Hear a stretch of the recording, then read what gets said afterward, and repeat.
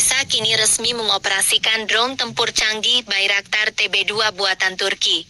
Keputusan ini menandai langkah besar dalam modernisasi militer negeri jiran, sekaligus menjadi yang pertama di Asia Tenggara yang mengoperasikan drone tempur kelas ini secara aktif. Bayraktar TB2 bukan drone biasa. Drone ini telah teruji di berbagai medan perang dunia, mulai dari Suriah, Libya, Nagorno-Karabakh, hingga Ukraina.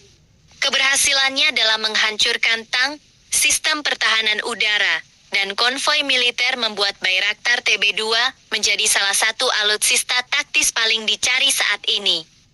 Dengan kemampuan terbang hingga 27 jam non-stop dan jangkauan kontrol sejauh lebih dari 150 km, drone ini sangat ideal untuk misi intelijen, pengintaian, dan serangan presisi.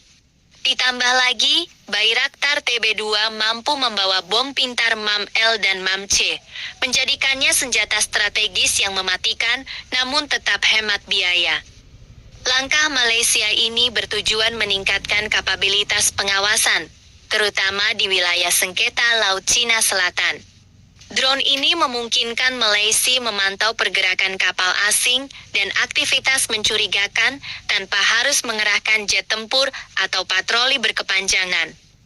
Pengadaan Bayraktar juga menjadi sinyal kuat bahwa Malaysia ingin memperkuat hubungan pertahanan dengan Turki, negara yang kini mulai menjadi pemain utama di industri drone global.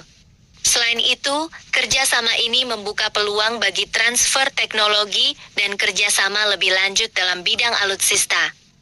Sementara itu Indonesia, meski memiliki beberapa drone buatan dalam negeri seperti Wulung dan Raja Wali, belum memiliki drone tempur sekelas Bayraktar TB2. Indonesia memang sedang menjajaki kerjasama drone dengan beberapa negara, namun belum ada yang benar-benar beroperasi di medan secara penuh. Pertanyaannya, apakah Indonesia akan tertinggal dalam penguasaan teknologi drone tempur? Atau justru sedang mempersiapkan langkah strategis lain yang belum diumumkan ke publik? Drone seperti Bayraktar TB2 bukan hanya alat pengintaian. Ia adalah simbol kekuatan, efisiensi, dan kecanggihan militer di era baru. Dengan memiliki armada drone bersenjata, sebuah negara bisa meningkatkan kemampuan bertahannya tanpa harus bergantung pada kekuatan udara berawak yang mahal dan berisiko tinggi. Bukan tidak mungkin ke depan, Malaysia akan menambah jumlah Bayraktarnya, bahkan mengintegrasikannya dengan sistem komando dan kendali yang lebih kompleks. Jika itu terjadi, maka kekuatan udara Malaysia akan naik satu tingkat, terutama dalam hal pengawasan wilayah dan respon cepat terhadap ancaman. Tentu saja, langkah ini juga akan memicu reaksi di kawasan. Negara-negara seperti Indonesia, Vietnam, bahkan Filipina akan mulai menghitung ulang postur pertahanan udaranya. Tak menutup kemungkinan akan terjadi perlombaan senjata kecil di bidang teknologi drone tempur. Namun pada akhirnya, senjata hanyalah alat.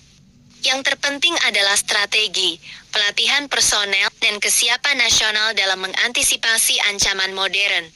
Malaysia sudah melangkah lebih dulu. Kini kita tinggal menunggu. Apakah Indonesia akan mengejar, menyusul, atau justru melewati dengan sistem yang lebih maju? Era perang drone telah dimulai di Asia Tenggara, dan Malaysia kini berada di barisan depan.